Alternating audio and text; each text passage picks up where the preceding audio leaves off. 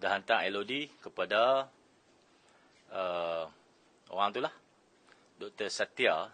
Saya ada maklum di Facebook saya.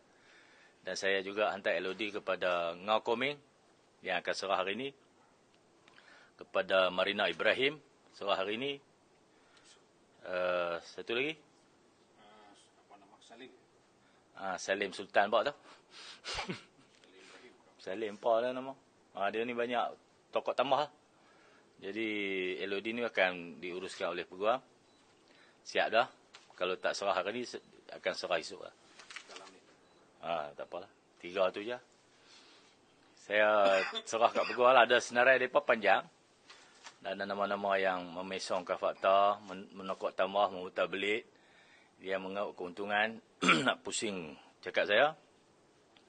Dan dapat LOD tu, kita tuntut 7 hari. Dia mohon maaf. Itu dia kena kontak dengan lawyer saya lah.